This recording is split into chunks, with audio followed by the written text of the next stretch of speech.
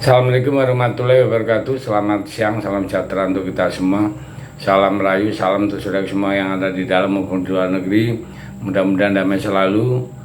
Dan yang sedang sakit mudah-mudahan sembuh. Dan yang bekerja mendapat rezeki yang banyak dan berkah. Amin. Jadi Indonesia, timnas Indonesia menjadi wakil Asia Tenggara atau ASEAN di putaran ketiga kualifikasi Piala Dunia tahun 2026 zona Asia, dengan satu-satunya wakil dari ASEAN. Nah, itulah sebelumnya Sintayong sukses mengantarkan timnas Indonesia lolos ke 16 besar untuk pertama kalinya dalam sejarah ya, dalam turnamen Piala Asia tahun 2023 yang digelar Januari tahun 2024 lalu.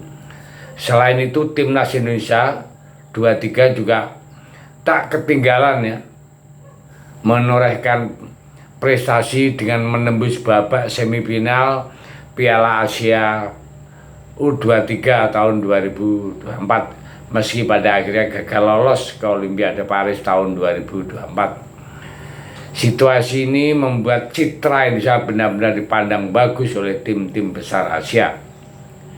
Dan apa yang dialami Indonesia berbanding terbalik ya dengan apa yang dialami oleh rival terdekat yakni Malaysia.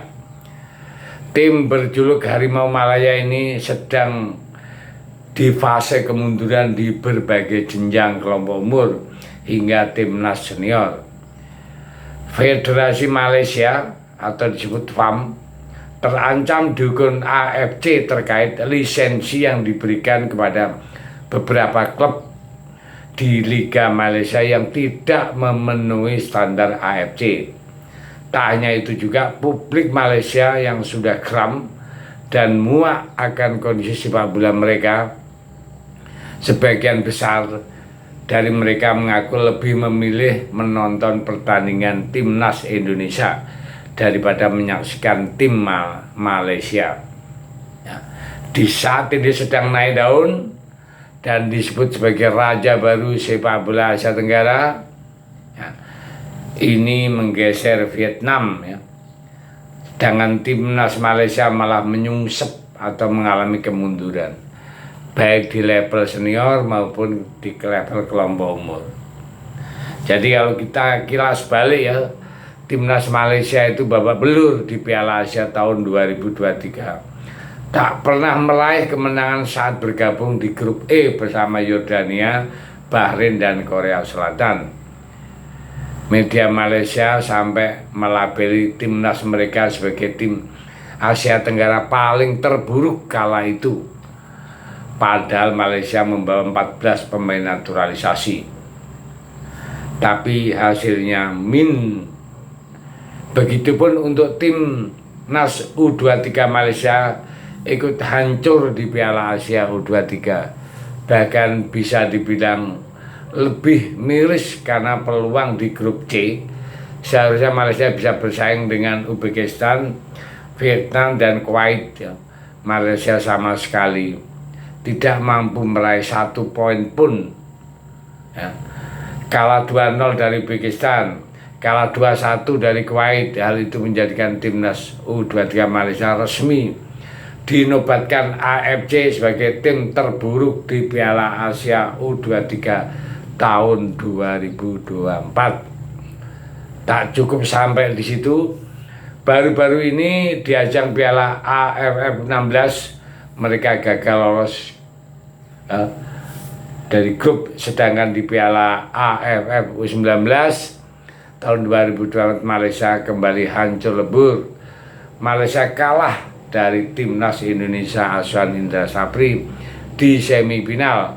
Bahkan mereka pulang ke negaranya tanpa membawa gelar juara sama sekali di ajang AFF U19 tahun 2024. Sesuatu yang membuat publik Malaysia muak melihat timnas mereka bermain tidak ada tenaganya, tidak ada skill sama sekali.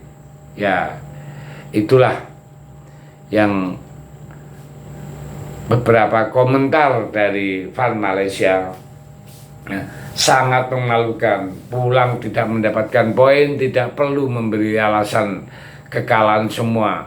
jawaban sudah diperlihatkan di lapangan terang. Fan Malaysia beberapa itu mengamuk dengan bahasa-bahasa yang kasar. Malaysia secara terang-terang mengaku lebih memilih menonton tim Indonesia ketimbang Malaysia. Nanti komentar-komentar fan Malaysia sekarang senang nonton tim Indonesia. Nah itulah, jadi dia mengharapkan agar ketua federasi itu diganti. Ketua federasi lebih buruk ya, itu bahasa-bahasa mereka ya. Jadi ketua federasi sepak bola Indonesia itu sangat moncer yang dipegang Erick Thohir. Sepak bola Indonesia itu berubah total ya, baik dari senior sampai junior. Kenapa di Malaysia hancur total dari senior sampai ke junior? Maka dari itu semua kepingin ketua federasi FAM meletakkan jabatannya ya. Jadi dianggap tidak bisa bekerja ya. Ingin Malaysia itu meniru gaya Indonesia ya. Baik itu pelatihnya maupun pengurusnya seperti Erick Thohir. Karena ketua federasi FAM ya, Malaysia itu Hamidin ya, itu sudah dianggap gagal total tapi tidak mau mundur. Itu yang bikin geram itu fan-fan Malaysia ya. Kita sebagai negara tetangganya ya, kita lihat saja, mudah-mudahan lah bisa ke depan bisa ada perubahan, tidak menyungsep terus ya. Saya pikir itu. Terima kasih. Merdeka.